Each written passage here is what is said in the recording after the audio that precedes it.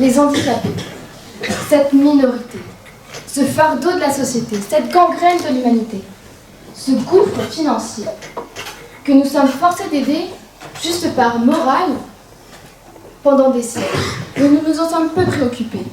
Et c'était bien mieux ainsi, bien moins de problèmes pour notre société, moins de prise de tête.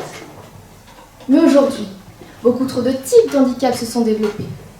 Et on nous demande de trouver des solutions miraculeuses pour tous. C'est infaisable. Et il y a quand même des problèmes plus importants et plus urgents à résoudre, où les résultats possibles peuvent aboutir à quelque chose d'utile pour l'humanité. Et pourtant, il y a tout de même des moyens pour faciliter la vie de ces déséquilibrés. Et s'il n'existait pas cette solution, qui serait pénalisé? Les handicapés? Non.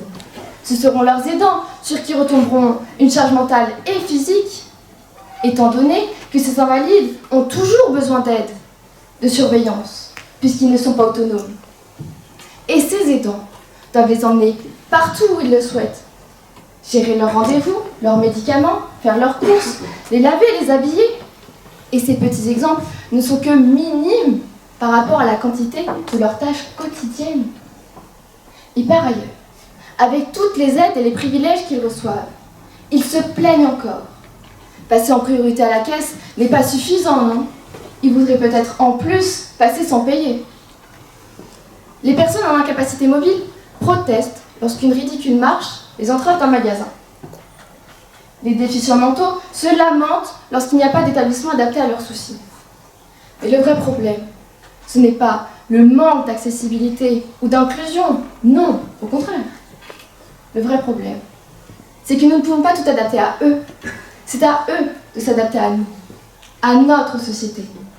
Parce que si on commence à faire des efforts pour une minorité, nous devrons en faire pour toutes. Et cela deviendra sans fin.